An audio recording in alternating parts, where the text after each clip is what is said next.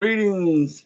Welcome to another edition of the Red Pill Diaries. I'm your host, Rashid, and I'm so blessed and thankful to be before you this day. God is good because there's so many people who are not with us today. And I just want to thank all of you for your time. Again, I often say this at the end of the show, so I'll say it today at the beginning and at the end if it pleases God.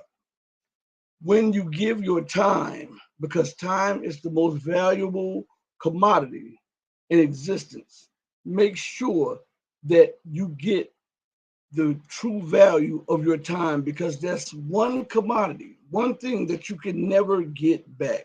So when you come to this platform, when you come to this show, we try to give you an equal or greater exchange for your time. We don't want to jip anybody. We don't want to rip anybody off. We want to give you an equal or greater exchange for your time. Now, today's show is it is about news, and we're going to be talking about different news. But remember, as the show from yesterday went off, we were talking about and we were talking about the foreign crisis, and the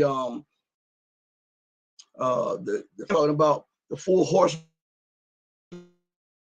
of the apocalypse. And at the end of that show, I said, as we start the next show, we will pick up.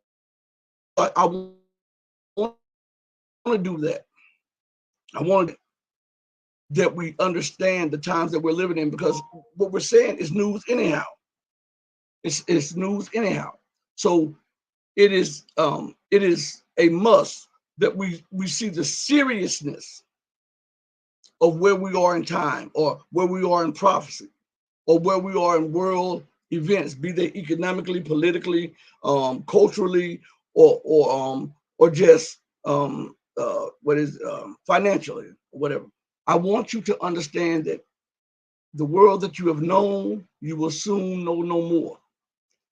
All of the pillars of the world, the so-called rules-based order, the one that is run by America and the West, are starting to crumble. They once had little fissures in them, right? Like a dam. When the dam starts getting little fissures in it, if you don't repair the dam, and they tried to paste it up here and there, but if you don't do the right thing at the right time, the fissures become large cracks. The large cracks put the dam at risk of breaking. So now the fissures, so now seeing the dam. Look. We see Saudi Arabia moving away from the dollar. We sell petroleum using the yuan. We see the Asian Economic Union now getting together to do their currency, and they'll be working in conjunction with the Chinese Belt and Road, which uses the yuan. We see Venezuela and Latin American nations using the yuan, but also are gathering together to do a regional currency outside of the dollar. And all while we're seeing prices starting to spike. We see shortages of food everywhere. We see this is why you're seeing America becoming so irrational and so belligerent. Because at one time she had some kind of rationale behind her policies, even when they didn't make sense to you. But because she's taking losses on every end now, she's become unhinged. She is so used to being able to control everything, dictate everything outside the laws of the international structures.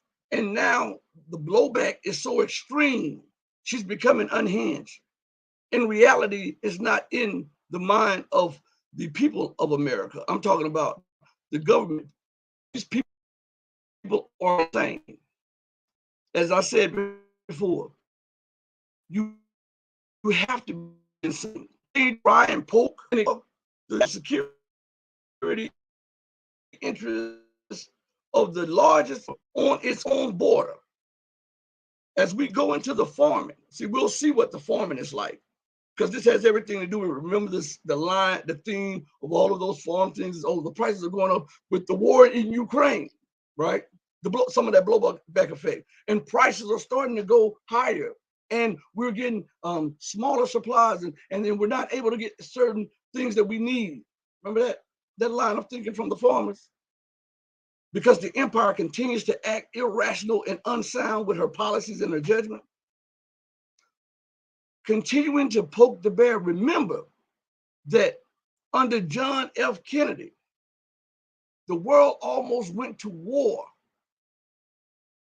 And I'm talking about nuclear war, because the Soviets had placed nuclear missiles in Cuba. Now, every nation is supposed to have the sovereign right to choose, right? But when it comes to America, that was, Cuba doesn't have the right to do that. We can have an arsenal of 10,000 nuclear weapons, right? And that is our God-given right. We are the exceptional nation. Now, those missiles are close to Cuba. Some of those missiles are close to Cuba. But when Cuba gets nuclear missiles, that national security put around Cuba with the right amount of time to pull out their weapons, are going to invade Cuba. Even though the United States sparked that by putting those nuclear missiles into Turkey, aimed at Russia. Those Pershing missiles, I think they were Pershing or Pershing missiles, that could quickly strike the Soviet Union. And after a deal was struck with people who had a little more sense than what they have today, the US pulled her missiles out quietly, and Russia pulled hers out publicly. So it would appear as though the Russians blinked first. But America had missiles on Russia's border. Did you know the reason that Russia was so adamant about the Donbass is because NATO had put command structures and command centers in the Donbass? Did you know that? Did you know this is why in the first hours of the war, there was a concentrated bombardment of certain areas of the Donbass. Russia was eliminating those command centers and those missile depots in the Donbass. They don't tell you that on the news. You would think that this was an unprovoked attack if you listen to the news, right? Russia finesse. The nation thinks she can do anything and say anything and act anyway.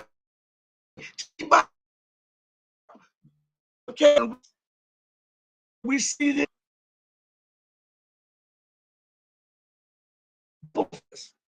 is everything, food to the education, to the to the growing divisions across America. You heard the farmers.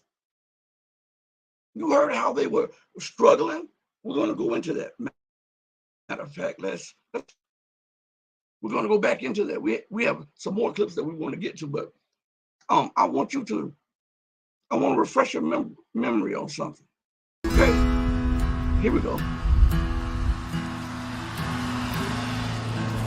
just need warm weather too. I'm a 5th generation farmer. My son farms with me and he's a 6th generation. And we farm about 1,900 acres, corn and soybeans. Ain't very good, is it? So I said, let's just do our original plan. Okay. Every day, every week, things just keep going up. Just like a menu at your local restaurant. With COVID shutdowns, supply chain disruptions, and the war in Ukraine, we now have a deep concern about how we will get the food and fertilizer flowing efficiently, ensuring that our producers and those around the world have the necessary tools and continue to keep food on the dinner tables of people across the world. This is a monumental challenge. So this one we got right here.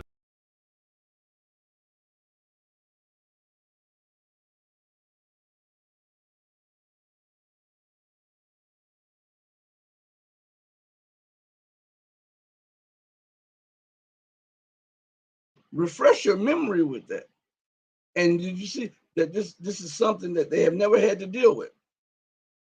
And now we're seeing the signs of global famine, a worldwide famine, because of the irrational and illogical policies of an irrational, unstable, falling former global hegemon. She is the bloodshed. She is that bloodshed that the Bible spoke about. There's no doubt about that.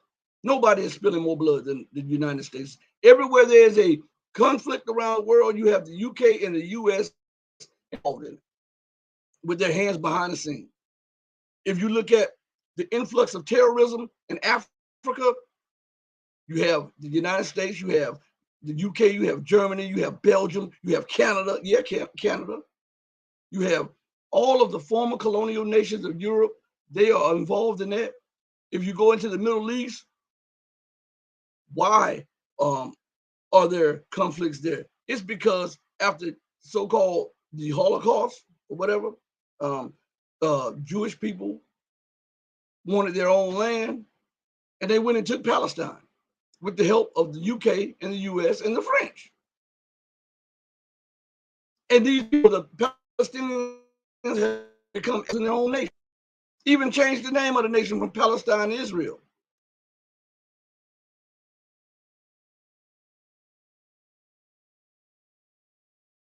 And so, the entire region, for the entire region. And you see the region set ablaze because they don't accept the injustice done to the Palestinians. So you see war and more war. But these are from the policies of the West. You see, you hear people say, oh, the Saudis are dictators, or the Saudis are this. Yeah, they used to be bandits. What is it? The House of Saud. They were bandits. They used to rob people in the desert. But they struck a deal with the British. And the British set them in a monarchy.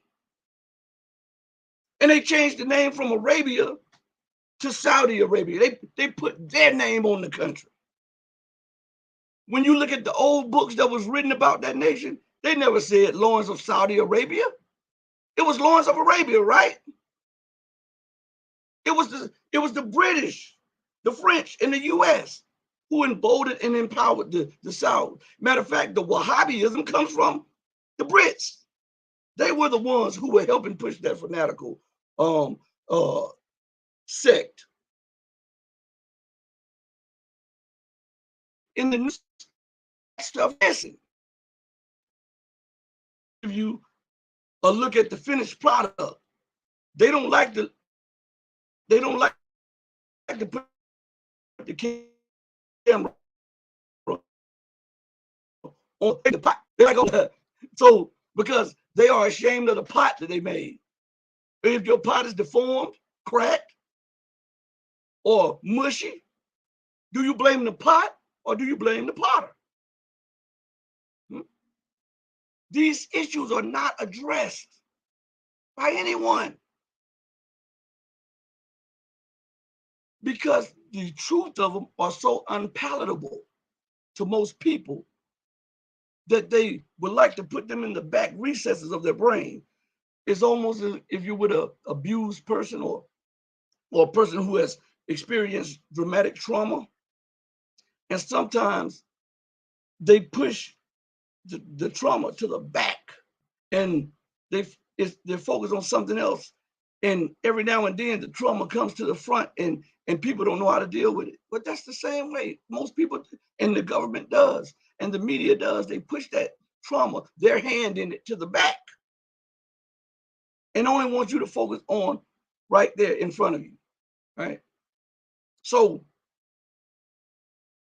if there is a God of justice, listen to me good, and there is. I have to tell you these things. Hold on one second. I'm getting an alert. I got an alert. I'm sorry.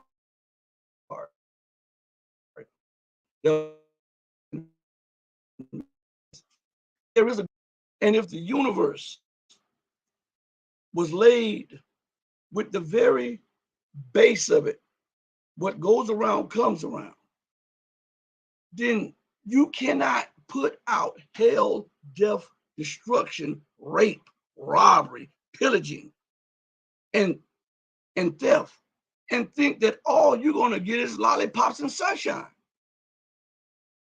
That's not how this works. You know, I was thinking about something when I was hearing people was say, well, I had nothing to do with that. And I thought about a Bible verse. And the Bible says, and I'm not going to get preachy with you, but the Bible says, for the sins of their fathers, I will visit it upon the children. Right? So what we're witnessing now is the visitations of the sins of the fathers. This is the visitation right now. The blowback effect of the years, the decades, the centuries of robbery, rape, pillaging, occupation, theft, with a no-holds barge. They had it at a no-holds barge, but that stuff has to come back. I know this may not be what most people want to hear. I know it. But because no one is talking about this, we have to tell you this, whether you like it or not, because you want to multiply time to multiplicate and you want a product, right? This is unpalatable to most because it affects most. But the truth is the truth. The policies of the Western world are now coming back like chickens coming home to roost. And most people don't understand why. They don't see the history of this stuff. They don't look into the history of this. They don't look into the policies, the actions of the people. You cannot do hell all day, every day, and not expect hell to come back on you. Even to this day, has America shown any remorse for the stuff that she's done? What about Great Britain? What about Belgium? No, they're still implementing those same policies. Look at Latin America. Look at Africa. Look at what they're doing with Russia. Look what they did to Yugoslavia. Right? Look at how they're battering Hungary to impose suicidal sanctions on Russia. Look how they're pressuring Serbia to turn against its Slavic brother. Look at how they're provoking China and North Korea.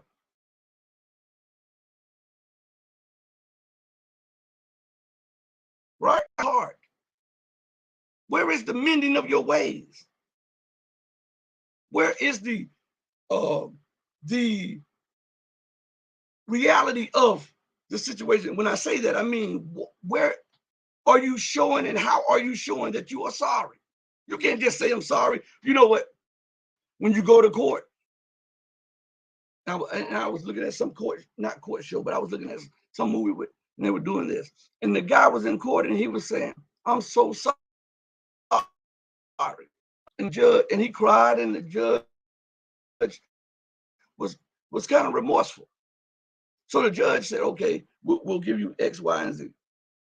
Man, this guy got right back out and did the exact same thing and got before the judge again. Oh, I'm sorry. I'm sorry. I'm sorry. I didn't mean to do it. And then once he got before one judge, said, that's good, you're sorry, but you got to pay the piper now. You had ample chances. You had ample opportunities to put actions to your words.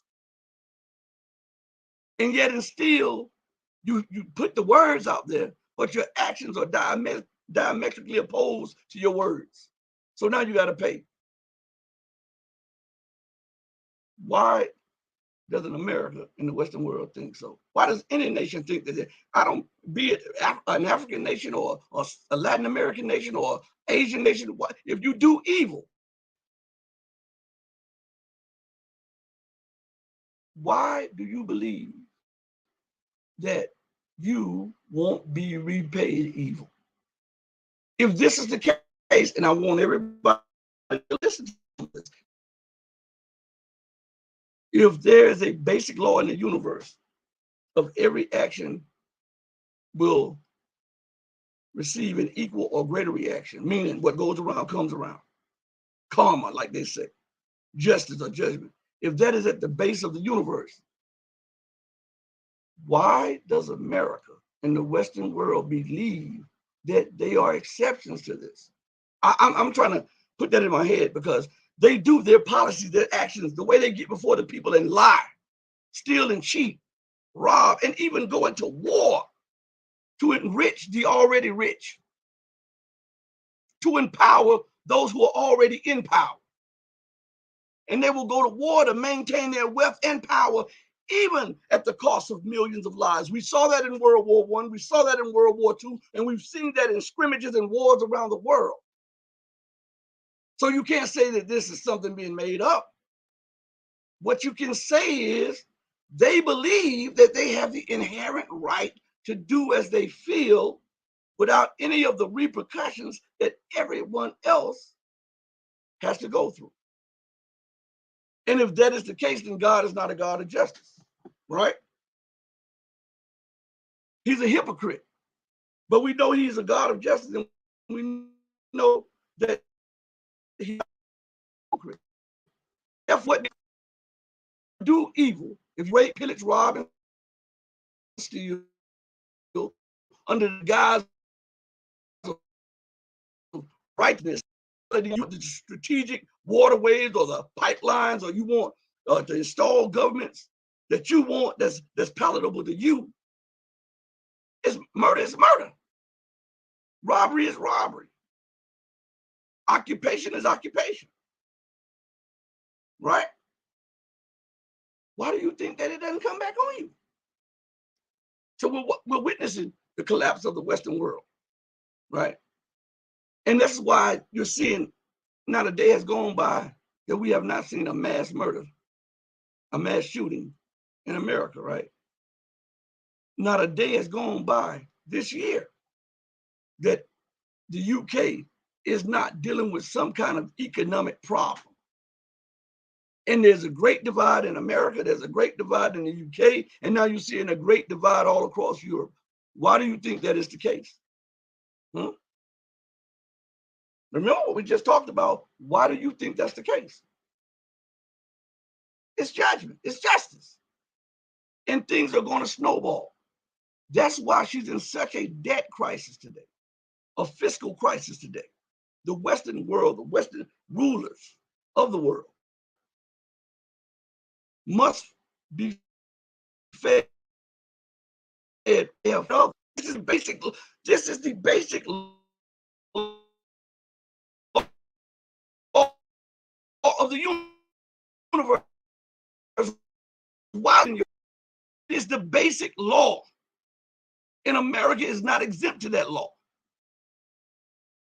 Matter of fact, if you don't think that the world is really understands what's going on, if you don't think that Russia, China, Africa, especially South Africa, Brazil, Argentina, Venezuela, Cuba, and the rest of these nations understand what is going on, you are a fool. They are starting to awaken to the reality that there are growing poles of power in a power shift away from the West. Matter of fact, Sergei Lavrov, the foreign minister, who is the equivalent of the US Secretary of State, the Russian Federation's foreign minister, Sergei Lavrov, said as much. Matter of fact, let's listen to him. This is about a minute. So listen to him. So this is life, unfortunately. We cannot change our Western friends and make them polite and behaving democratic way overnight. They are agitated because the dominance which they enjoyed in the world for at least 5 centuries is fading away. Multipolar world is emerging. Powers like China, India, Turkey, Egypt, Africa as a huge, rich continent, and many people say that this is the future of the world.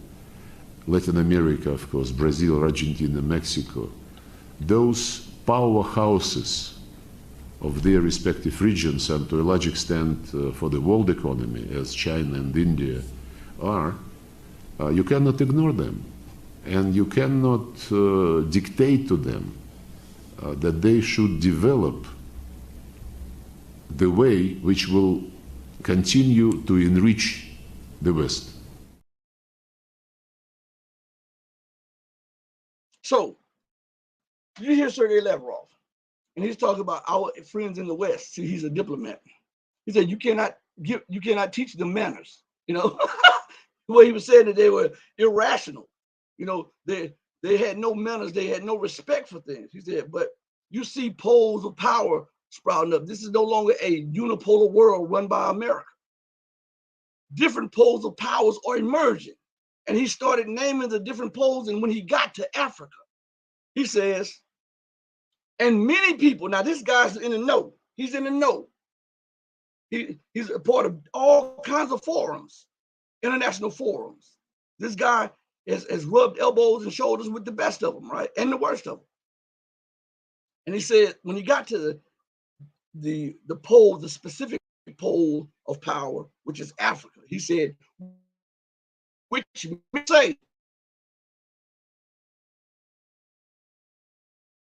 I don't want to even mess this quote. I want you to hear and most attention when he gets after he names the growing poles of power that's alternative to the Western world. Listen what he says. He says that many people say Africa is the future. I want you to pick, and that's why America continues to flood Africa with these terrorist groups to destabilize the growth, the economic growth, to promote instability. Because if you have instability, then people don't want to invest there because they don't know if they're going to get a return. They don't know if their property there will be safe. They don't know if it will be the workers will be kidnapped or the buildings will be blown up. This is America. This is American policy 101. To cause terrorist actions, then arm, train, and finance terrorists to go in, then claim that she is fighting the terrorists, and then she goes in to justify her position there so that she can run things and keep other people from rising or from prospering or from even working together outside of her influence. But listen to what Sergei Lavrov had to say about these rising poles and how America realizes that she can no longer dig those nations, to those continents, that she can no longer have her way, that not just America, but the Western world. This is what he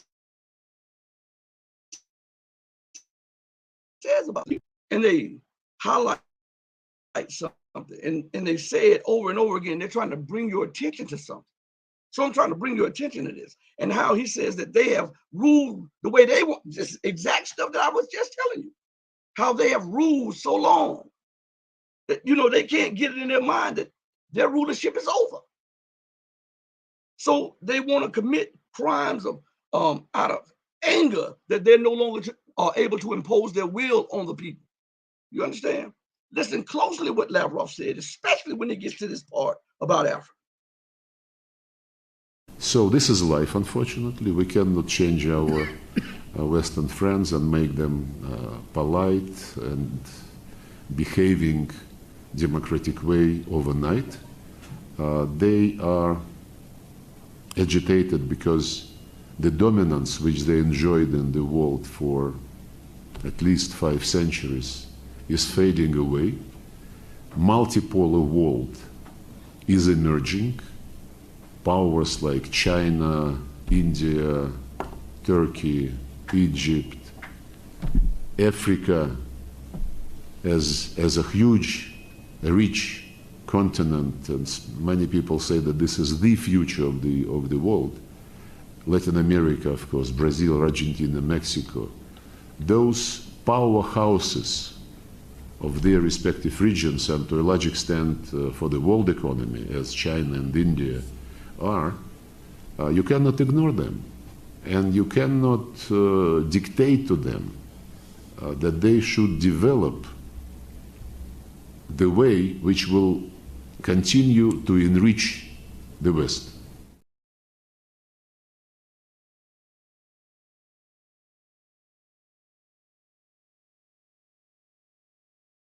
And force them to do things that's going to enrich you while they stay in poverty.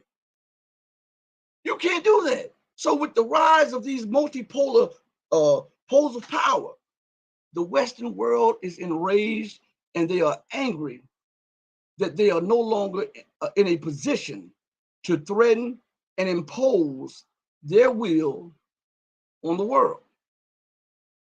And that's why there's an influx of terrorism in Latin America.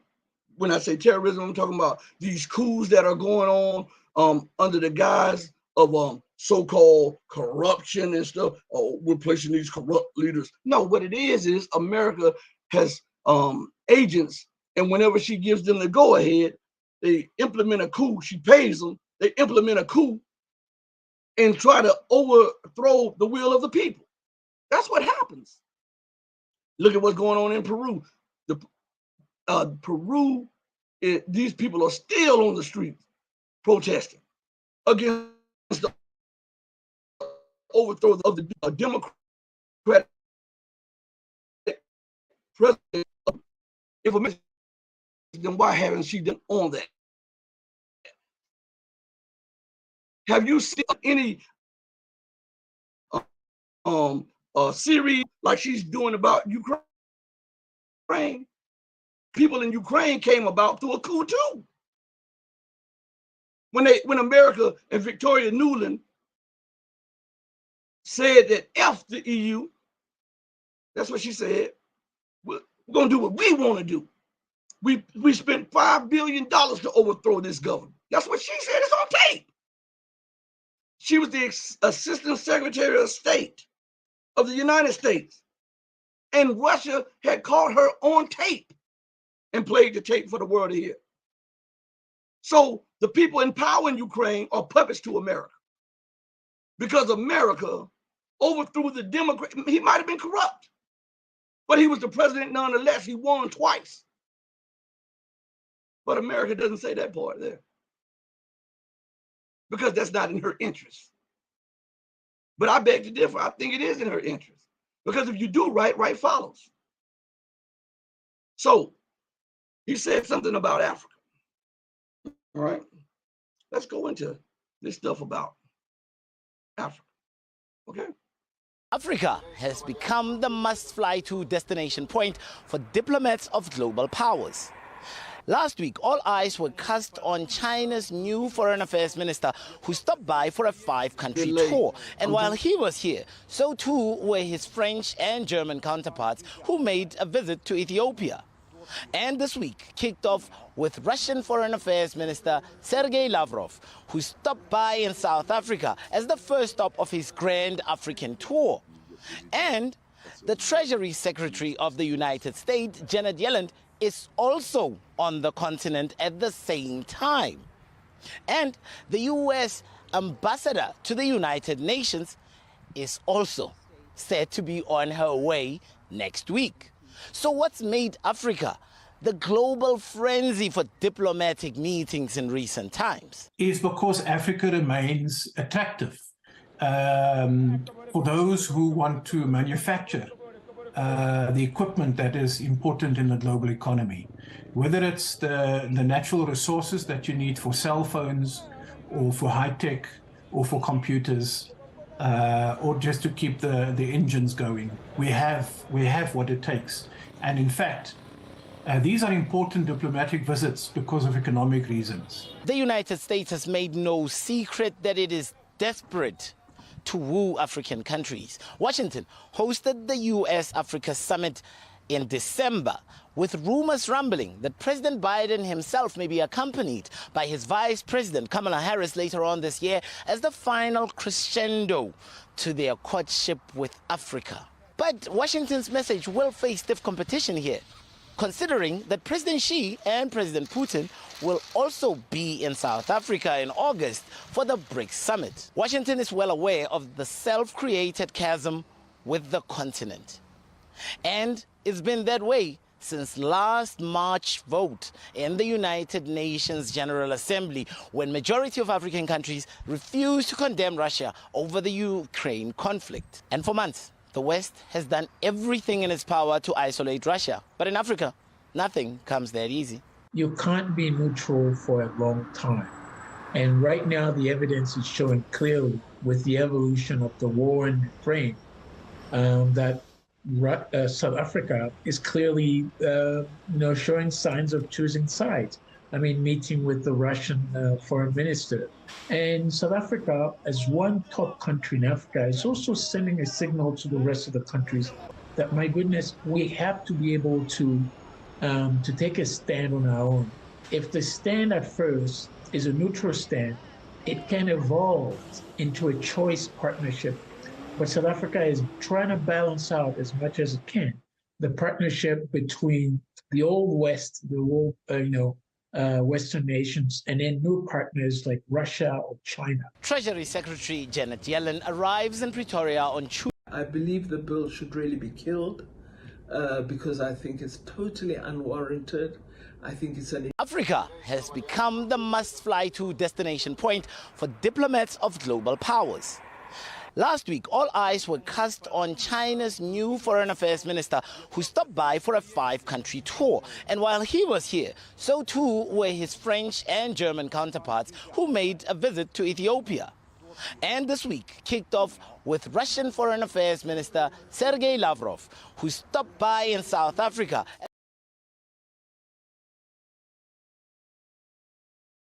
Now, I didn't do this. For those of you who are listening, those are 2 separate clips. This is them bothering the audio and the videos. I didn't hit anything. My hands are right here. So those were 2 separate video clips and what they did in the midst of one clip, they went to the other clip. So evidently something that we're playing and something that we're talking about is hitting home. We're going to replay the clip, the first clip. But I want to preface that. See, they are always bothering the show, always. But it's okay. There is an article that came out in 2017. All right, this is something that most people don't know, and it was posted on QZ.com. QZ. The article was written November 7th, 2017. It was also written in conjunction with books that were published about this exact thing that I'm talking about. It goes back to what Lavrov was saying and how there's multipolarity. And the West is getting mad about that. And Africa, some say it's the future. I'll tell you why. And this, they feel that, and why is Joe Biden in America being on Africa, trips that are being made to Africa, right? You know why? We know that China is the chop shop and the manufacturing hub to the entire world, right? But what you didn't know is that Africa is the manufacturing hub to China. You didn't know that. As a matter of fact, this article published by Irene Yuan's son says, the title of it, Africa will take China's place as the next factory of the world. And how did she come to that conclusion? Because they're already the factory to China. And America sees this.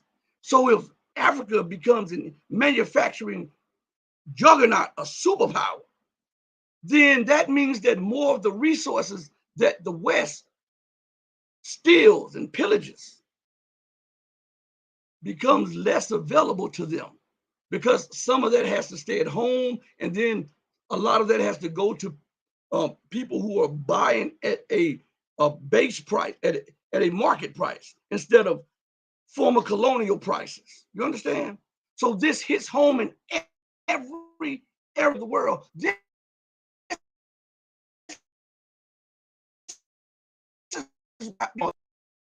we talk about the gold dinar that he wanted to build African currency, a continent-wide African currency called the gold dinar.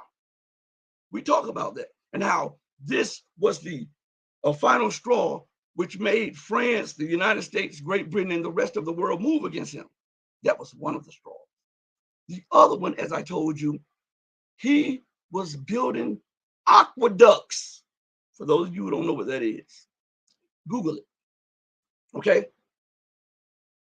They had done a study. Not only did Libya do a study, but they had some people from the Western world to do a study. And they found out that Libya had vast and huge untapped water reserves, not only just gas and oil reserves, but water reserves under the desert. And what Gaddafi was going to do was harness that water and turn all of that area in Libya and the surrounding African nations into a fertile ground to produce the crops of the world. That was what broke the straw or broke the camel's back. It was a Canadian company that was helping build the aqueducts. And even while the trouble was going on with the rebels in Benghazi, and the Korea in the West was blushing, even as that was going on, the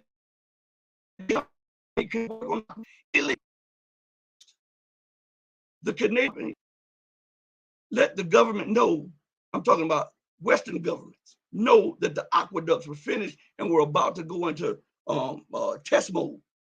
And as soon as that happened, the United States, France, and NATO bombed Libya. But one of the first places they bombed were the aqueducts to prevent that region of Africa from becoming the breadbasket to the world. This is true. Nobody talks about it. And you can Google it about the aqueducts that he was building and his plans for it. If you can't Google it, Bing it, Yahoo it, or do whatever, DuckDuckGo it, whatever you want to do. But not a mention of this in the news. All you hear is he was a tyrant, a dictator, right? A dictator. Even though this dictator was about to receive an international award from the United Nations, and the United States stopped them from presenting him with that award because that would not have gone along with the narrative of him being a dictator. He was supposed to receive an award for his outstanding work in Libya, from turning Libya from being a fourth nation in the world to making it on the Mediterranean, that only had 3% literacy rate, to a nation that had a 98% receive that award. But the United States stopped that. And he became the tyrant and the dictator.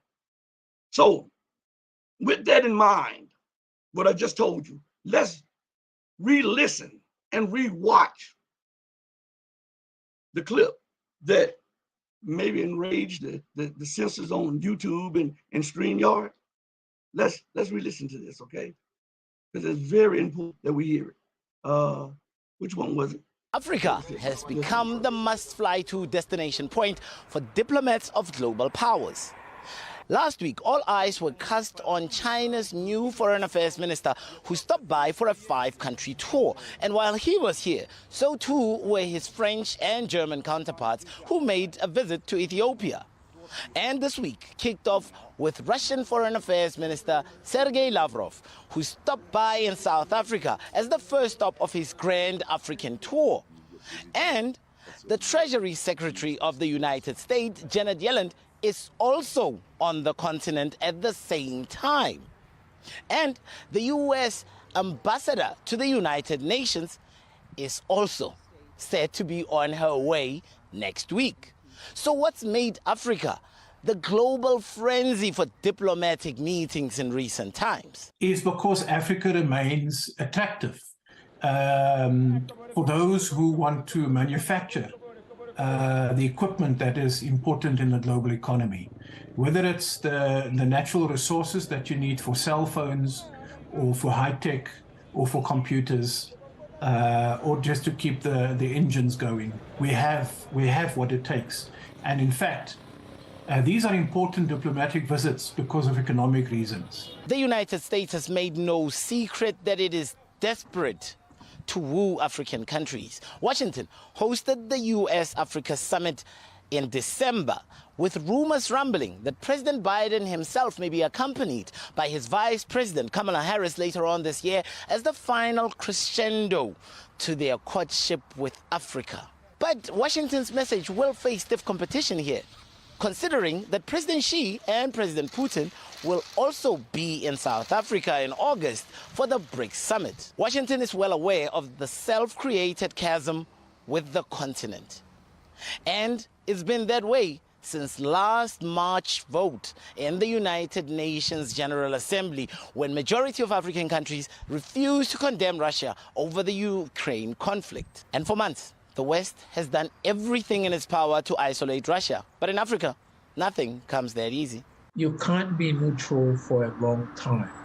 And right now, the evidence is showing clearly with the evolution of the war in Ukraine that South Africa is clearly, showing signs of choosing sides. I mean, meeting with the Russian foreign minister.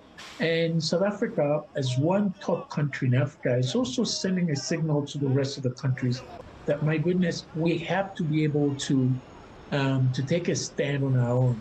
If the stand at first is a neutral stand, it can evolve into a choice partnership. But South Africa is trying to balance out as much as it can the partnership between the old West, the old, Western nations, and then new partners like Russia or China. Treasury Secretary Janet Yellen arrives in Pretoria on Tuesday, and she will be welcomed by South Africa's humming sound of generators. Yes, South Africa, the continent's most industrialized economy, is grappling with severe power cuts. And unlike Yellen, they are here to stay. South Africa has been sent down the experimental green energy path by the United States and its European friends. South Africa, a country with abundance of quality coal that has eager buyers in Europe, is going to become the green energy guinea pig. And Janet Yellen will be here to put pressure on her South African counterpart, Minister Godongwana, to transition and quicken the pace thereof, also demanding deadlines from Godongwana as to when the country intends to shut down more of its coal-fired power stations. That South Africa should expect some backlash. There's no doubt, because when you are loaned that kind of money, 8.5 billion, this is a lot of cash. And anybody who gives that to you, it's not a gift, in fact, it's a loan, it comes with conditions. And the backlash is going to be into those fine prints of those conditions. And South Africa is going to have to play very carefully about that. And I think, and I'm telling you because as a young man working for the World Bank in the Environment and Sustainable Development in Washington, I know how these things work.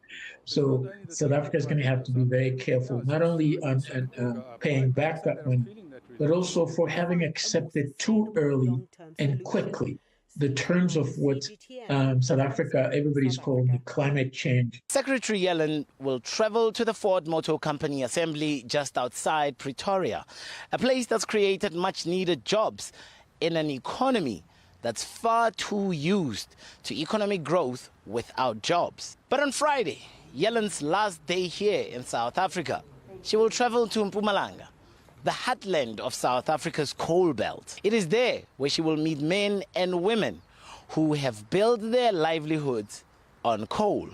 And she will tell them about the commitments made in the Just Energy Transition Plan.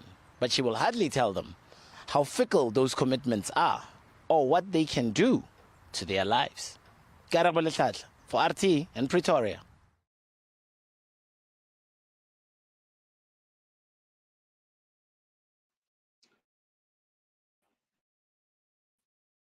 Do you see the pressure? You see the pressure from to stay in line. Then the rest of the continent will follow because South Africa is the largest economy in Africa. See, it's exploitation all over again. Now, some of this falls on the back of African nations. Let me tell you something. How can you get a loan from a nation that's in debt? Now, I want you to pay a close attention to what I'm saying here, because this is something that nobody looks into. These same nations in Africa are loaning America money by buying her debt, right? Putting themselves in a position that's very untenable when you look at the situation with American debt. And then America goes right back through these organizations and lends money back to these nations, and then these nations are indebted to the U.S. You make that make sense. I mean, on the real, make that make sense. Because it's not just China buying the debt. It's not just Japan. A lot of America's debt that is bought is through smaller nations. And I'm not talking about in size, because African nations are huge nations, especially when compared to European nations. African nations are way bigger. But I'm talking about when compared just the economy or something, the United States uses these tricks to get. She loans money, she prints up money and then loans it to you, and you are indebted to her. Now, again, some of these leaders in South Africa, or in Africa at large, and in Latin America, and in Asia, are responsible for some of this madness, because they want a quick way out of any crisis that they may be in, or they may get kickbacks. You understand? But why won't you just price your resources in your currency? Huh? That would give you the money and the backing of the money to just do what you have to do, instead of going and borrowing money that is quickly losing its value. Just price your resources. Say, okay, from this point on, now look at to show you that this works. When the European Union and when the US and the Western world sanctioned Russia over the Ukraine war, and they continued to steal Russia's asset, Russia said, you know what, from this point on, we're going to accept the yuan. We may accept rubles. We may accept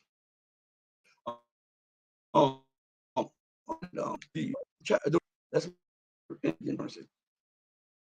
And real, when it comes to all of you who have sanctioned us, all of our gas and commodities resources.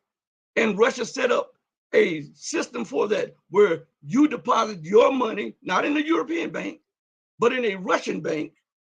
And the Russian bank determines how much your money is worth and gives you that amount in rubles.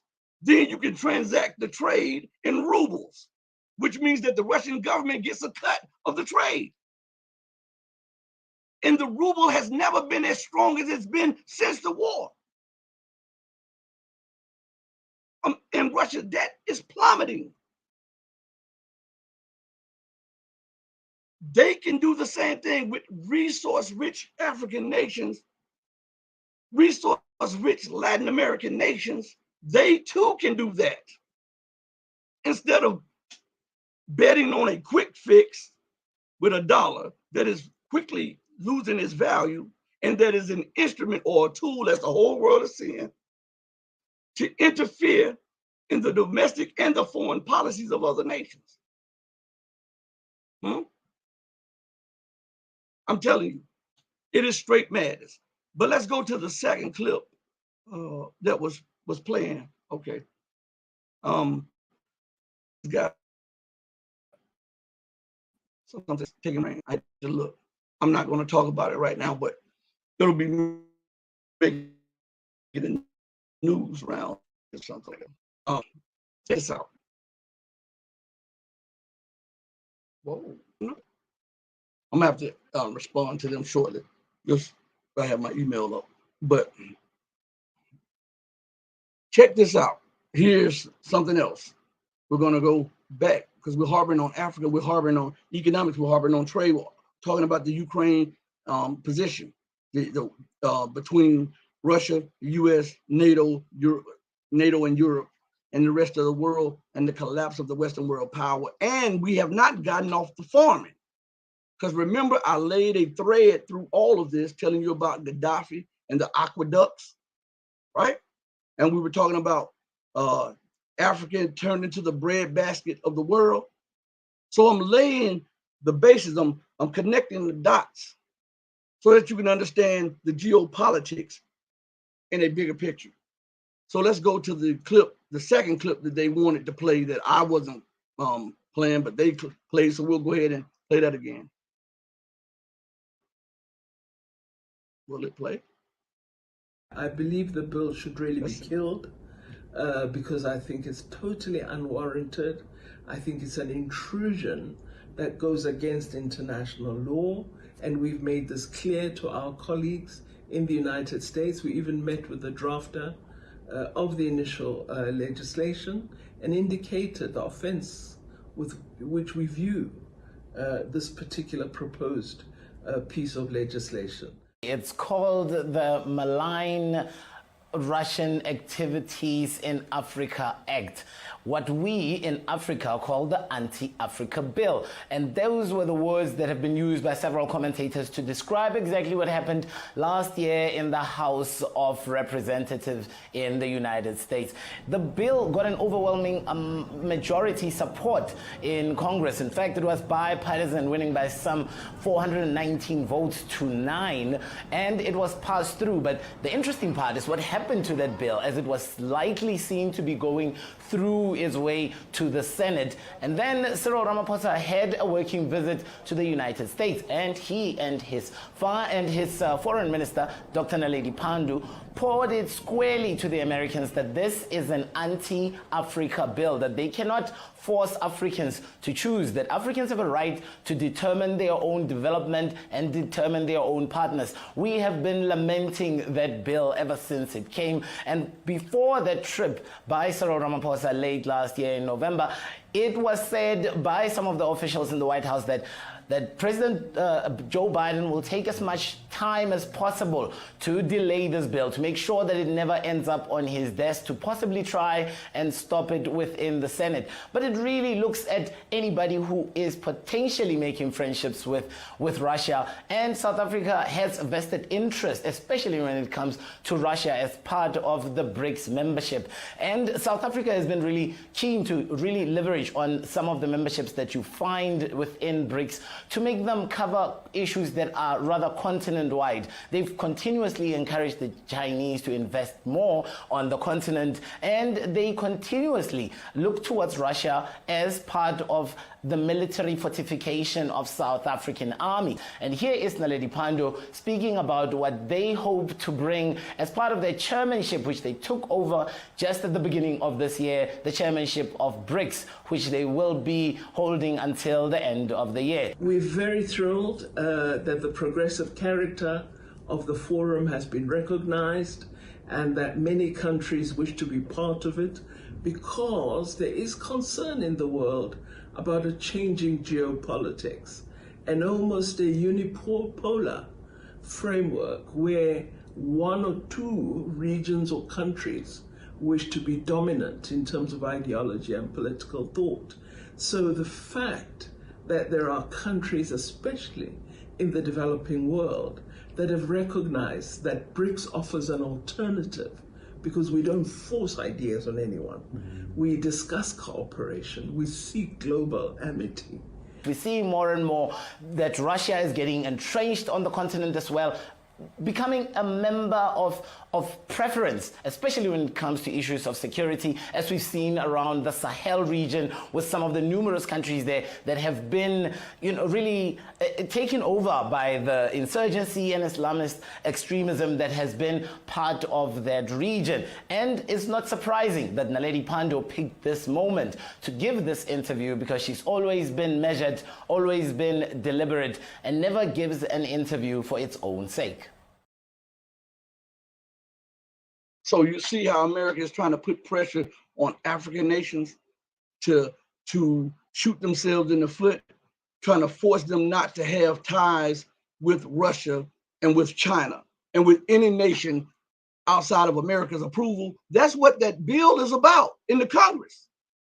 I want you to think about this, because sometimes it's just astonishing to me that most people don't take the time out to even think about this stuff.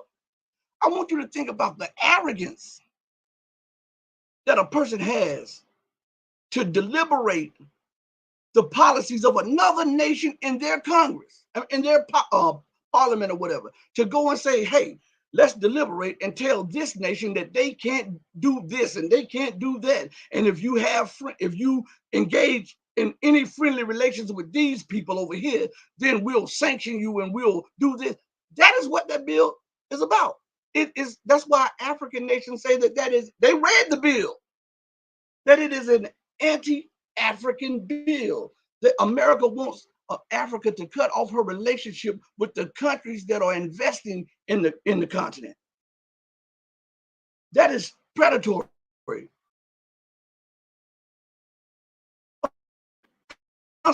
Use Africa as the mammary gland for Europe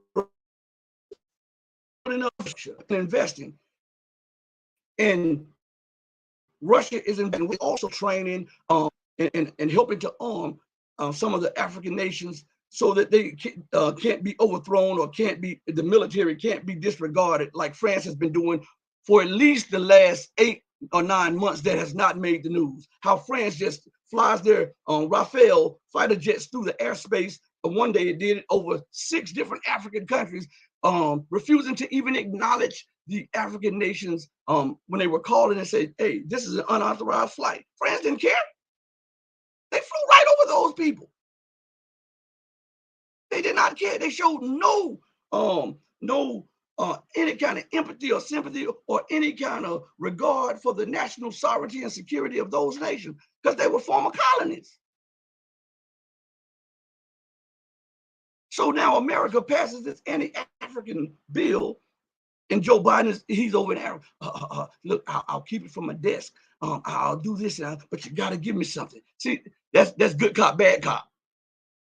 You got to give me something. You can't just go along with the group that you're a part of. They want to take the S out of the BRICS, because BRICS, Brazil, Russia, China, South Africa. And as you heard the foreign minister say, more nations are gravitating towards the BRICS organizations because they are for cooperation and not for imposing the policies and wills of one country or one bloc on to the members or the people who are their partners. But this is not what America is doing. This is not what the Western world is doing. They are using what was termed as extrajudicial lawmaking, meaning that America is trying to impose her laws on the rest of the world. That's why you see her go in other countries and kidnap people. Or if you don't let us get this person here, we're going to sanction you. That's extrajudicial. We're going to sanction you. Unless you got a treaty with those nations, you can't go up there and just kidnap their citizens. According to the dictionary, you know how we do here. We want to keep you informed, and we want you to understand meanings to words so that you can understand the phrases. when people are talking to you, when people are writing stuff. So extrajudicial refers to something that has occurred out of the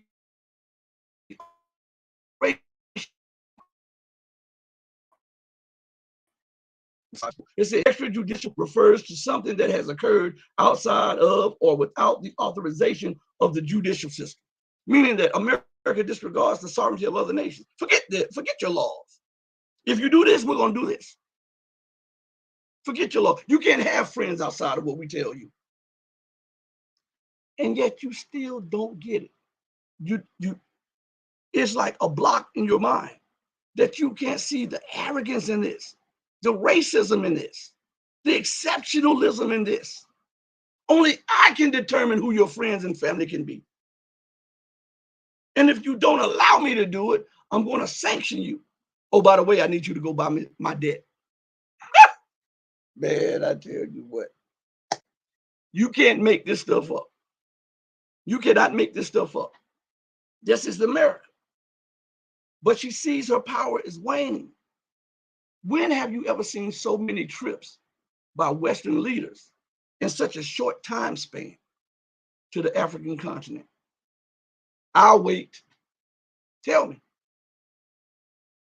And they're constantly coming, constantly going over it because they're trying to woo them. See, they try to shake them with terrorism on the one hand.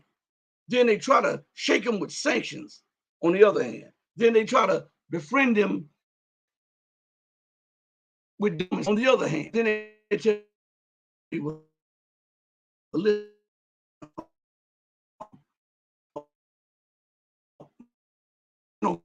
I don't plan on signing it. It's they're putting pressure on me. You got to give me something. You got to give me something. Listen, I won't sign it if you just give me something that I can show them. Just give me something, a little bit. Don't allow Russia to do this right here. I'm not saying just don't do business with them. I'm saying don't allow them to do this right here. And don't allow China to do this. And if you give me that, I can take that back to the Congress and justify why I haven't signed a bill that they passed. Good cop, bad cop. And in reality, she's still getting some of what she's trying to get without giving anything that the others want to get. You see? Racist, exceptional America. Right? So, in the midst of all of this, the collapse is definitely on. We are watching the slow grind. We are watching the fall of America, and we are watching the collapse of the Western world architecture. You see, she said it. Even Lavrov said it. Now, we just saw two BRIC nations, the foreign minister of Russia, the foreign minister of South Africa, pretty much say the same thing.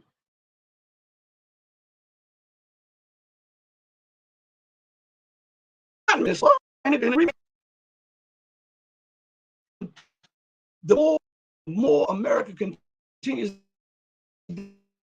down this threat, the more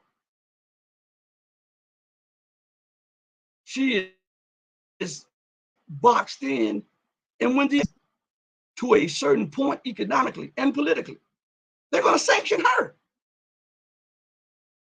And she does not produce anything but dollars and movies. She produces guns, dollars, and movies. And they're getting fed up with Hollywood. They're getting fed up with her dollars. So nation after nation is going for the exit door on the dollar. And now those nations also produce guns, which are bigger than America's guns. So you're losing your position anywhere. And if you get in a war with a peer power, how are you going to maintain that war when you can't produce, when you don't have a manufacturing base? How? This is the reality of the fall. The fall of what? The fall of America, which means the fall of the Western world and the Western architecture, which has ruled and dominated the planet, as Lavrov said, for centuries. Now, I didn't just say it, Lavrov said it, right? And it's happening in real time. This is why I told you, welcome to Apocalyptic, my previous show. The horsemen have arrived. They do the work every day. And we're men on horses. We're talking about events and actions that bring about certain results. So all of this is in the theme, in the line of the collapse of America. Think about this. If Walmart, the largest outside of the US government, Walmart is the largest employer, the largest outside of the US government. Now here's something. 93 to 95, some people say 97% of all goods come from China or a Chinese-based company in Taiwan, which is China. All right, even according to the US law, that Taiwan is part of China. All right, so comes from China. Now, you're trying to pivot your military to provoke and stoke tensions with China because your military gave you an estimate of when the window would close with you being able to defeat China or being able to stall out China's rise. That window is closed. The window is closed. And so now you're trying to pivot before it is completely closed and locked. Now, if that is the case, and China makes more weapons and more warships in 1 month than you and NATO combined made 1 year, and they're turning out. As a matter of fact, I believe it. An article came in at May 20, the updated version of China's 5th generation warplane will outnumber the F-22s next year. America's first estimate said it would only happen after 2030, but they will outnumber them by next year. So now you're losing position and you want to make war with a nation that is your largest purchaser of debt, your largest trade partner, your largest infrastructure financer, and guess what? Your largest banker. China is also your largest trade partner. And they are the people who buy your debt to keep your economy afloat, right? And they supply 93 to 95% of the goods on the shelves of Walmart. Now, if a war takes place and China embargoes America, how is she planning to make up the 93% of goods on the shelves of Walmart? And hear me out. See, these have ramifications. And if this takes place, how is Walmart going to keep people employed? Because if you don't have goods on your shelf, you have no customers. If you have no customers to come to buy the goods, you have no revenue. If you have no revenue, then you can't pay employees. If you can't pay employees, you fire them. You are the largest employer outside of the government, looking at a major catastrophic event happening across the whole of America. That means not only are people in the stores of Walmart fired, that means you are canceling contracts with shipping and trucking companies, which also, because they're no longer making those long trips, don't need the gas, which affects the gas stations and the gas companies. And the gas station and the gas companies can't pay their debt to the bank that they owe. Systemic failure. But they don't think about this. They don't, not a thought in their head pops up about this stuff. And we're seeing more and more of this. As a matter of fact, Peter Schiff was talking about this on, I think on Fox News. Well, he wasn't talking about what I'm talking about, but he was talking about a recession, right? Nobody likes to use depression. Nobody likes to use the word depression, the recession, the Great Recession. Now, how many years have you been hearing them saying that America is in a recession? Or America, yes, in recession.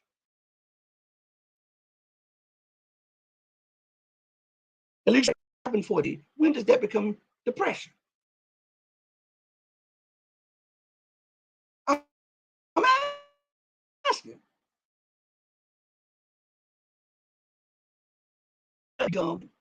Just talk to me. When does it become a depression? Now, let's hear what Peter Schiff has to say about what's going on.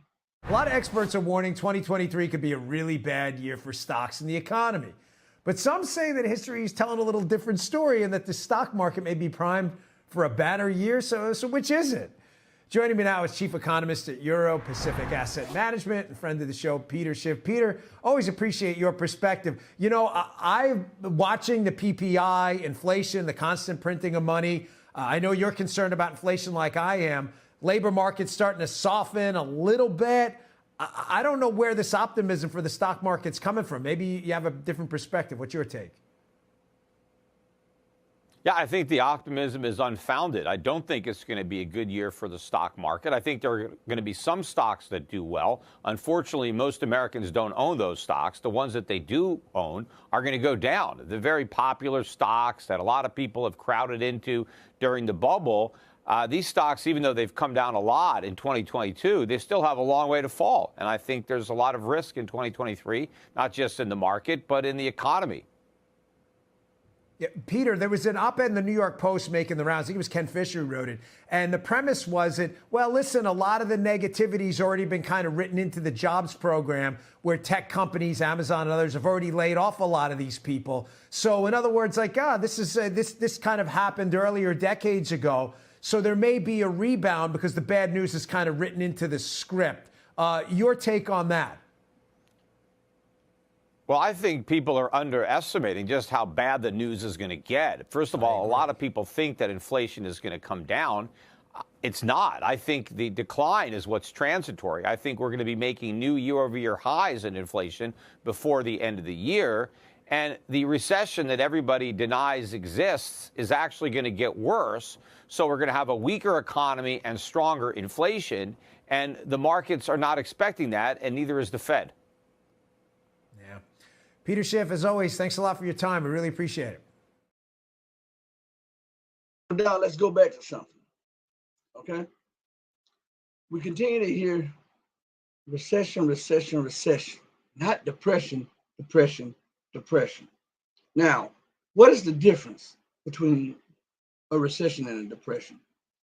According to Google, the difference between a recession and depression is a recession is a downtrend in the economy that can affect production and employment and produce lower household income and spending. Well, you know, we're feeling that. But a depression has that plus this. The effects of the depression are much more severe.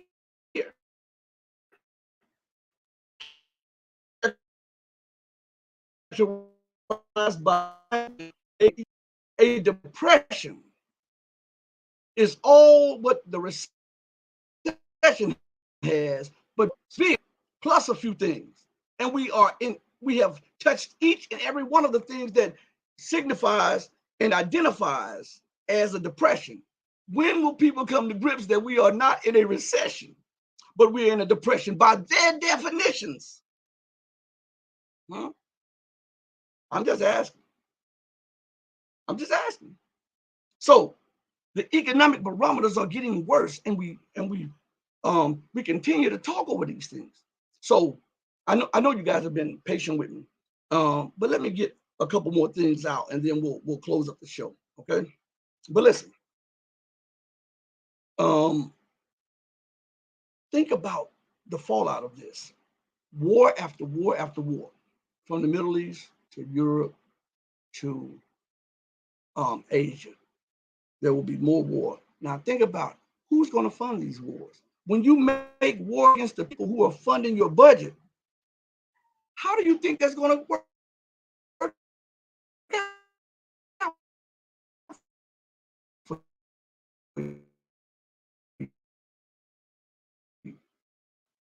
not only does China supply 90% of the goods on the shelves,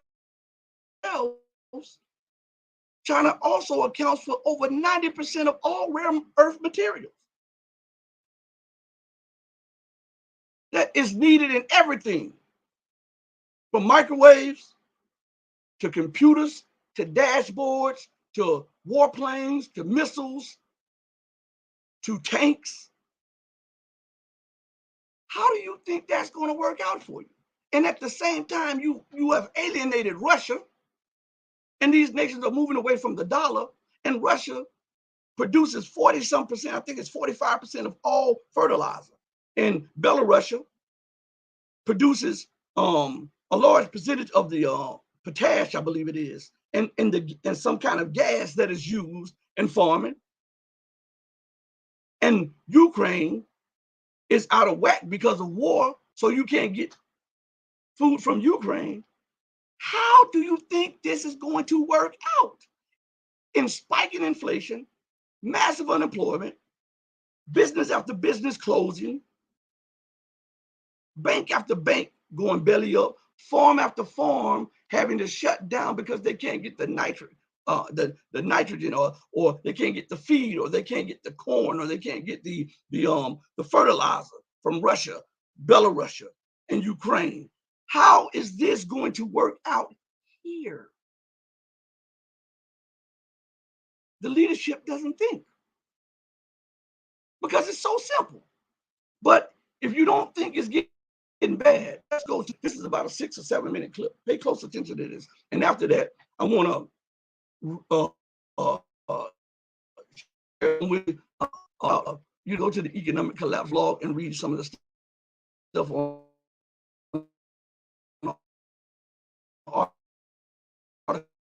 while sharing before we on the air.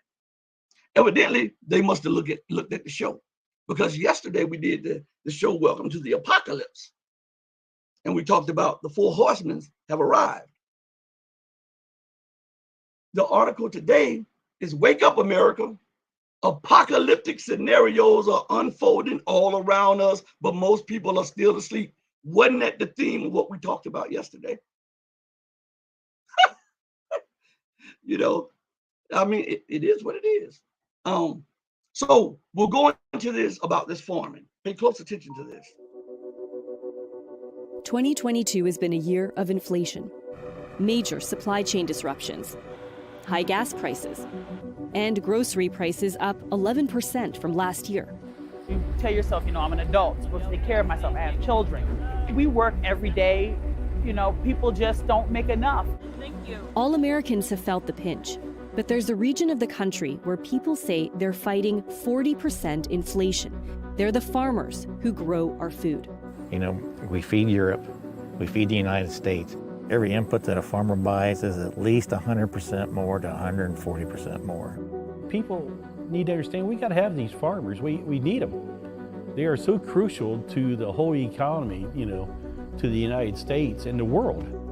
In partnership with the Indianapolis Star and reporter Sarah Bowman, we traveled to the Eastern Corn Belt region of Indiana, Ohio, and Kentucky. And USA Today reporter Sharice Jones sits down with economist and Georgetown professor Nada Issa. I don't think we should be expecting to go back to the prices that we had before the war or before the pandemic.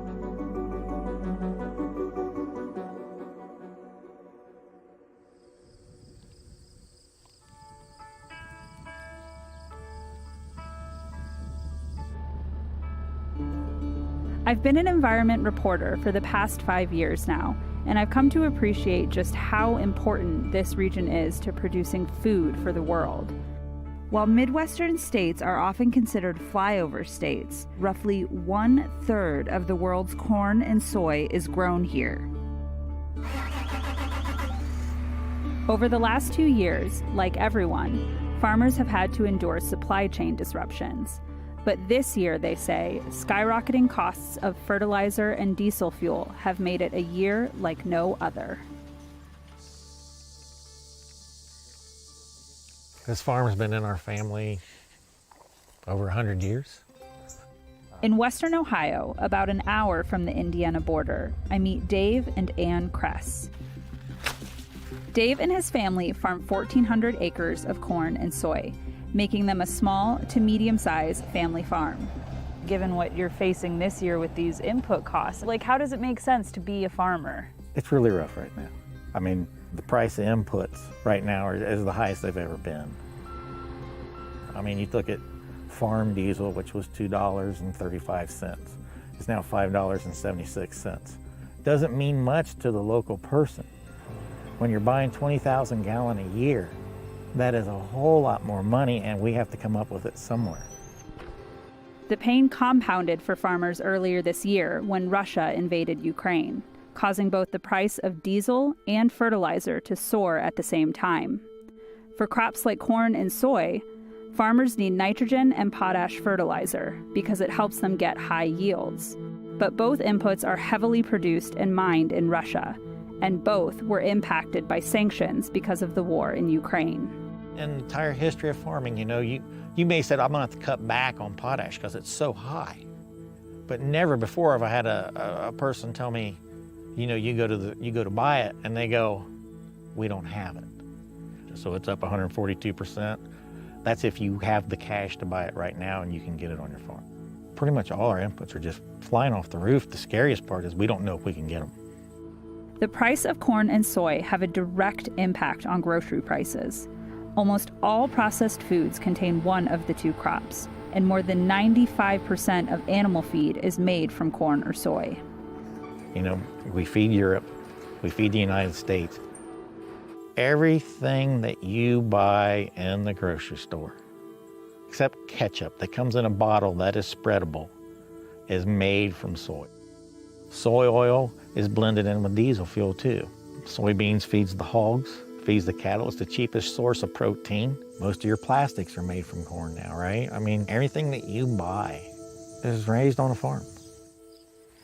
So tell me a little bit more about that uncertainty that comes with farming. There was years that, we lived on Fruity Pebbles and bologna, I'm not gonna lie. I mean, farming is not a guaranteed income. There's nothing to say we're gonna make $1 this year. One of the challenges of being a farmer is that every year there are high upfront costs that are usually financed through loans. These can be amounts in the millions. The way farmers make a profit and pay back the bank is by getting a high crop yield. But regardless of how much they spend on inputs, the farmers have no say in the price their crops are sold for. That's because prices are set by a publicly traded commodities exchange based in Chicago. We are the only industry that buys retail and sells wholesale. We cannot predict what the price of corn will be. We can't tell the consumer what the price of corn is going to be. Right now, for next year's season, if I want to get the best discount on seed, I have to pay the money now. I won't get a return on that money 14, 16 months. And now they're raising, they're going to raise interest. They're raising our taxes. I mean, everything that we have is going out the roof.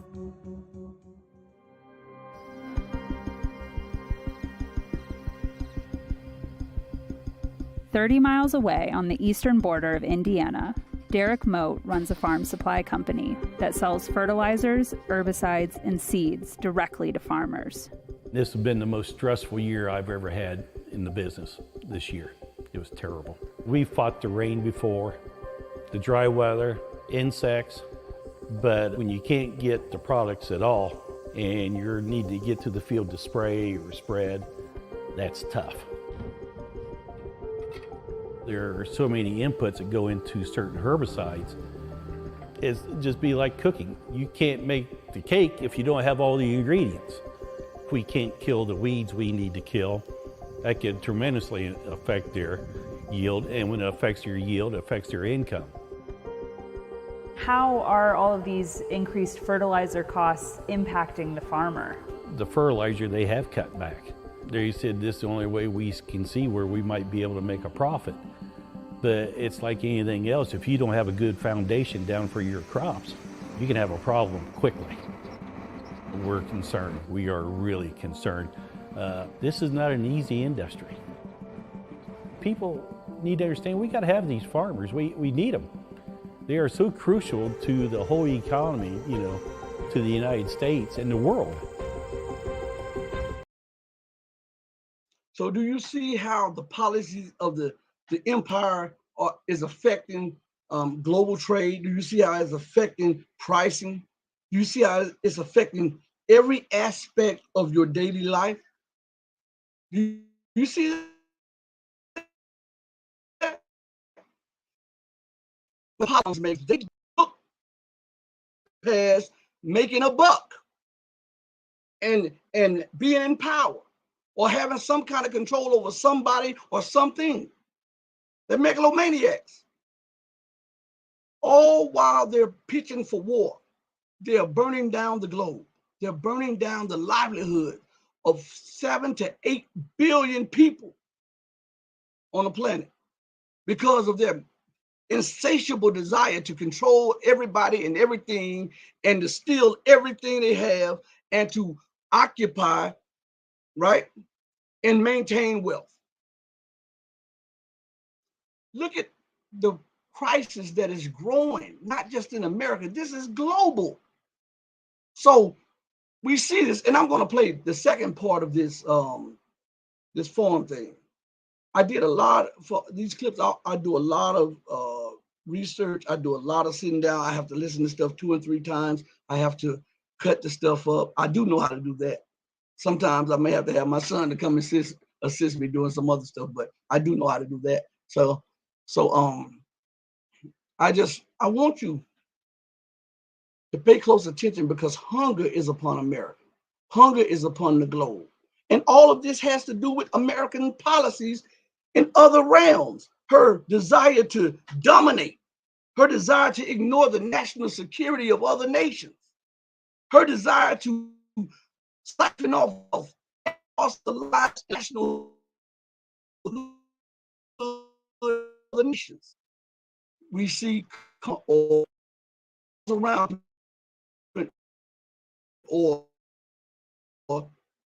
that law, the basis of the universe, that scientific law, that any reaction will receive a equal or greater reaction. It may not be in the form that you're expecting, but you receive that equal or greater reaction. And we're seeing the blowback of it. Just listen to this. And after this, we'll close up. Just give me a few more minutes with you guys. I have some things I have to do, but I couldn't leave this without letting you guys see the ramification of the United States and NATO's policies and how they're touching every area of everybody's lives. And these people don't give a flip about it. All they care about is carrying out their goals at the expense and the lives of others. They are sociopaths. They're megalomaniacs. All right? So listen, part 2 of this. The U.S. exports more food than any other country in the world. And as an industry, agriculture represents 5% of the American GDP. But over the past 15 years, the number of farms in the U.S. has been steadily declining, as small family farms find it challenging to survive. As a society, we're struggling with the potential of 8% inflation. And how do we pay for just our basics with that? If you've got 40% inflation in your system, that's a whole nother ballgame. And that's got some farmers very concerned. So tell me why you got into agronomy, or you are an agronomist instead of a farmer. Well, it's a really good question. I actually went to college to get off the farm, and I got into ag research and realized I can research how a crop grows, but I get paid whether that crop makes a yield or not, and I don't have to worry about balancing all the finances and the risk that does come with farming. I have so much respect for all of our farmers that are willing to take that risk year in and year out. What's made the price of fertilizer go up so much? Well, it's a lot of different factors in it. The big one was when Russia invaded Ukraine. It was right about the time when a lot of that nitrogen was supposed to be shipped to the northern hemisphere, and it led to some really, really high prices that farmers, if they were going to grow corn, they had to have nitrogen fertilizer. With these disruptions, Do you think that means continued higher prices in stores and restaurants? I think we're going to see some disruptions in our food supply chain for a while yet. And so I think we're at least another 12 months of some disruptions in our food system. Crops that are grown here, I mean, they are ending up directly kind of on our grocery shelves and in our pantries and fridges. Can you speak a little bit more to that? If you're going to buy a biscuit or a pancake mix or a cookie or a cracker, that's wheat that was milled in this region. If you're buying tortilla chips and some of those type of things, that was corn that was grown in this region. And so that's going directly into the market. While Chad has concerns about how this region is being affected by the fertilizer prices and shortages, he says we're not in crisis territory yet. There is a time in recent memory when farming was in crisis. In the 1980s, double-digit interest rates caused farmers to default on their loans. Many of them lost their farms, and some even took their own lives. The 1980s are probably why I am a professor and not a farmer. All of the farmers in our area were floating operating loans with 18% interest. We saw a lot of farm foreclosures. There was a gentleman in my hometown that I believe was fourth generation on their farm, and he lost it. And you saw what that did to him psychologically as well. We're not at the 80s yet, and hopefully we don't get to those type of interest rates. But when you see the inflation, you see the interest rates creeping up on us in the middle of production right now, it's difficult. Today, farmers have one of the highest suicide rates in the country, behind industries like mining and construction, and they make up just 1.4% of the American population.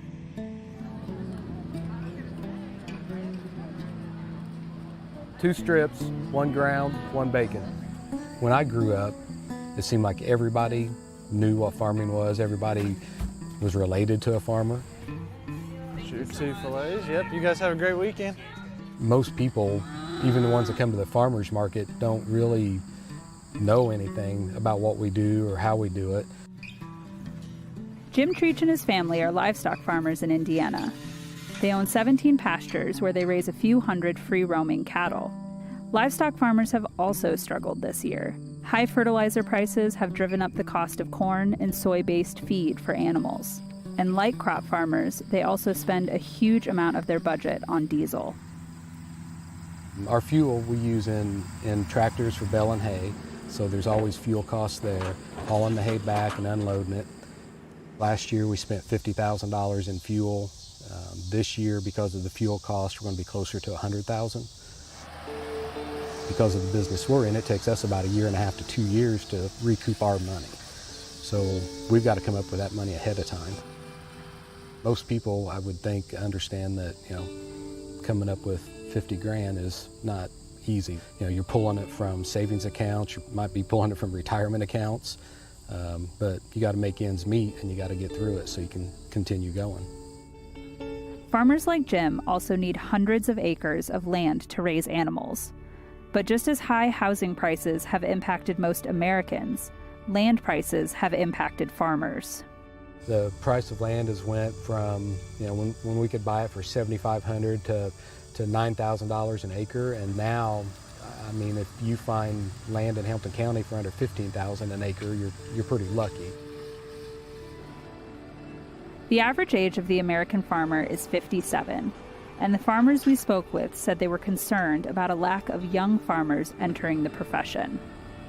Is an important goal for you to be able to pass this on to your sons and be able to have them continue on? Definitely. One of the main reasons I really got back into it was because my kids liked it.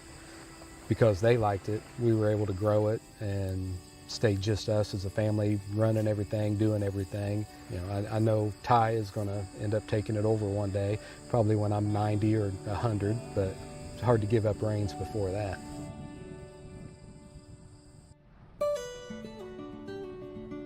Back in Ohio, 75 miles away, the Crest family is getting ready for one of the biggest events of the year, the Darke County Fair. Still at the same location and the same great food, just more friendly faces. All my friends, they stay up later and stuff, where as me and my family, we all go to bed at 10 because we get up at like 6 or 7 every day to get stuff done. Webb and Tyler are the sons of Ann and Dave Kress.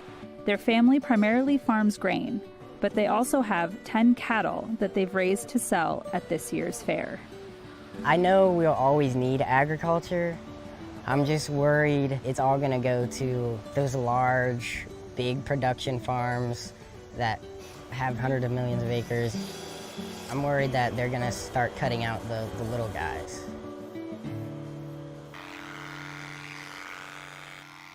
What are some of the concerns or worries you have about being able to be a farmer? Trying to compete for land right now. A bunch of land's trying to get developed, or you got solar farms trying to come in and upbid everyone else on their land rent. I've been looking at getting some ground myself, but it's hard to justify the numbers. You don't want to overpay for something and regret it in the long run. I would love to bring my sons into this operation. The barrier to entry, the cost is so huge now that, you know, we can't bring them in. What is that like for you to not know if you'll be able to pass it on to them? It's horrible. Me and her sacrificed for 25 years, everything we did. I mean, we didn't go on vacations. We didn't do anything. Do I want my sons in this? Yes. Do I think the amount of stress and the pressure, do I want them going through that? I'm not sure. I am one of the 5 youngest farmers in Miami County, and I'm 52. Most farm families' sons are not wanting to do this. They're leaving. And when that leaves, that knowledge is gone forever. What would you want the public to know about, you know, what you're experiencing right now? No one ever says, man, do you realize that guy you're talking to today feeds over 300,000 people a year with the products that he makes? No one looks at us that way. I mean, I'd just like to be looked at, that people say, hey, we need them. With the war in Ukraine raging on, the price of farm inputs has remained high, and farmers say they're worried that next year could be even worse. We're going to make it through this. That's just the way the farmers are. We will make it through it somehow, some way. If we got to sacrifice, we sacrifice. That's just how it is. I mean, if it's 14, 16 hours a day, whatever it takes, we'll get it done. But it just feels like we could use a little help right now.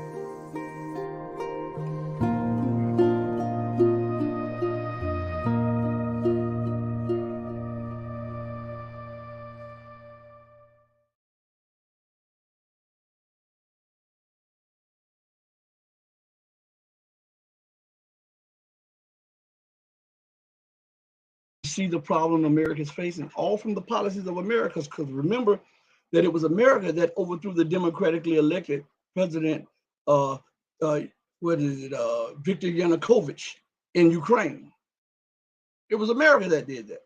They were the ones who invested $5 billion to overthrow him. It was America who continued to push for the expansion of NATO upwards to Russia's border after giving Russia and the Soviet Union nations a guarantee that that NATO would not expand 1 inch eastward. And now they're right up on Russia's border. This is the ramification of an arrogant policy. See, the hubris of America and the West is bringing untold blowback. It's unreal that people sit down and think about the CC, and she says let me highlight it. Let me highlight it real quick. It says the audacity for them to think if they are doing agriculture, the knowledge will be lost is very prideful. That's right. Because it's how do they think they got that the knowledge? I mean, but again, they're hurting. They're lashing out, you know. I got it. They need some way to vent, and we're watching not in slow motion, in real time, pestilence, and we're watching famine, we're watching war, and we're watching conquest. Are those not the 4 horsemen of the apocalypse? Just look over. What's going on in Ukraine? What is causing the influx of price? I mean, the rise in prices. You hear the same mantra, the same thing throughout all of the clips I played. The war in Ukraine, right? Who is responsible for that war in Ukraine? Is it Russia, who went in, being provoked by the U.S. by them stationing missiles and bases in the Donbass, a former territory of Russia itself, or UK, who was building a navy in the Sea of right across the waterway from Russia? Was it the people in the Donbass who were being slaughtered for 8 years and America didn't say anything because it was their guys doing the slaughtering?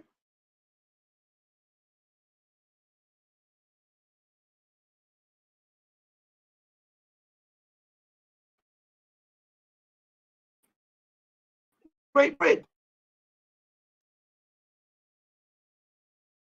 An unbiased perspective. We come to the conclusion that the ramification and the blowback of those arrogant and imperial racist policies of the West is ripping the global order that they enjoyed to shreds. We're in the midst of an economic meltdown. I don't care how much they try to mask this. We're in the midst of a cultural meltdown, and we continue to see a great divide. And the rich continue to try to divide on every area so that you can focus on something else other than them. We're in the midst of a geopolitical divide, the magnitude that has not been seen in centuries.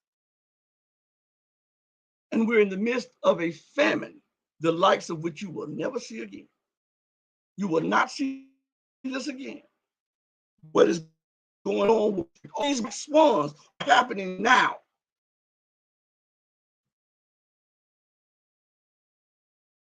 And you have to ask yourself, why now? The worlds. We're in the change of worlds. In the old world under Western dump proven to be insane and untenable.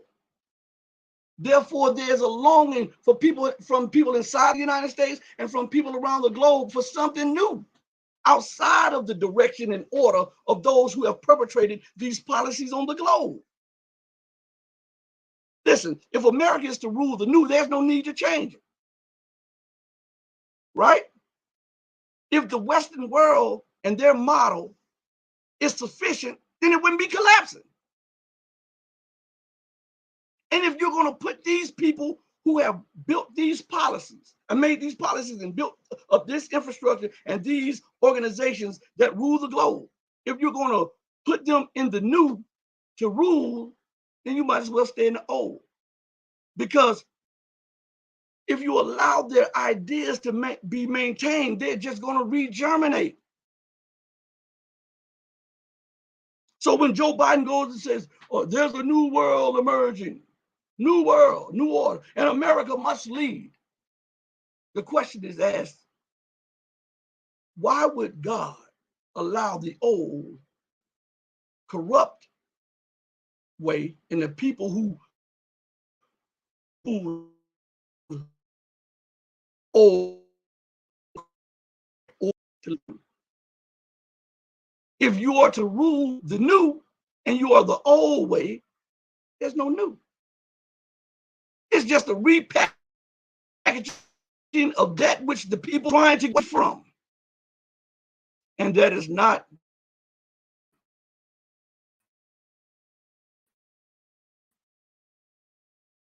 a holistic burden that victimizes everybody that it comes in contact with. The parasitic nature will die in real time. I see you StreamYard by them pausing and messing with the stream. Listen, I would like to thank each and every one of the greatest commodity in existence. Once you give your time to something or someone, you can never get that time back. So you have to be very mindful of how you spend your time and where you give your time and who you give your time to. Because you can't get it back. Make sure that you give it to someone or something or some effort that will give you an equal or greater return in knowledge or know-how or wisdom, so that you will not be fleeced out of the time that God has given on this planet. On that note, I'd like to thank each and every one of you for giving me your valuable time. Go back, for those of you who have joined the show, go back and re-listen to the show, watch the show, because it has a lot of things in there that I think a lot of people would benefit from. I love you all, but remember that God loves you best. Until we next speak again, stay strong, stay true, but above all things, and all hell is breaking loose, and you're going to need to be protected in the midst of all of this stuff as you walk through the valley of the shadow of death. We're out of here, but before we go out, I gotta say it. Mama, your baby boy loves you more than life.